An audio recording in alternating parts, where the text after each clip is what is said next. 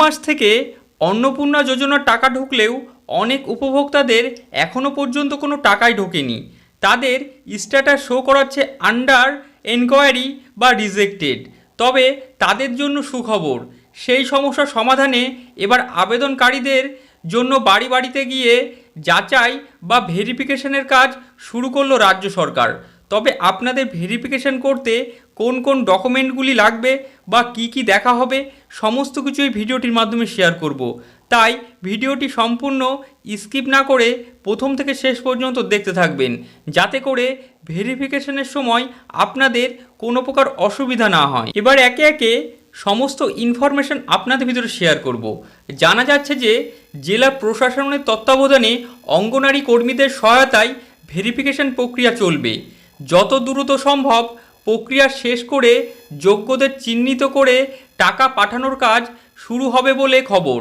প্রশাসনিক সূত্র মারফত খবর, ইতিমধ্যেই কয়েক হাজার আবেদনকারীর বাড়িতে গিয়ে নথিপত্র যাচাইয়ের কাজ সম্পন্ন হয়েছে।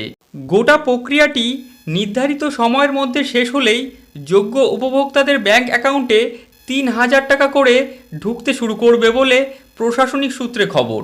তবে যাদের ক্ষেত্রে আবেদনপত্রের স্ট্যাটাসে অ্যাপ্লিকেশন রিজেক্টেড বা আন্ডার এনকোয়ারি ছিল, তাদের ক্ষেত্রেই চলবে এই ভেরিফিকেশন প্রক্রিয়া।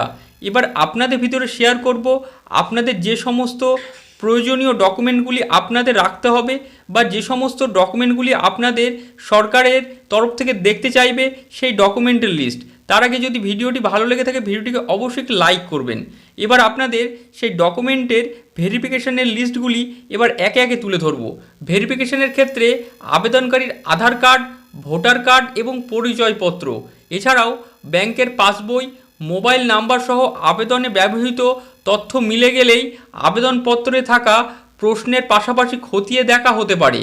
আবেদনকারীর আর্থিক অবস্থাও সমস্ত দিক বিবেচনা করে যোগ্য উপভোক্তা বাছাই করা হবে বলেই জানানো হয়েছে প্রশাসনিক সূত্রে।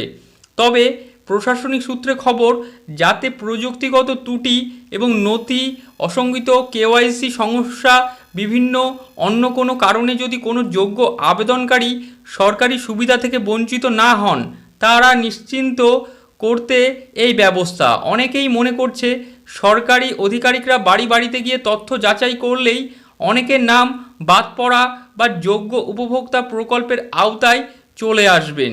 এই ছিল অন্নপূর্ণা যোজনা ভেরিফিকেশন নিয়ে সর্বশেষ গুরুত্বপূর্ণ আপডেট।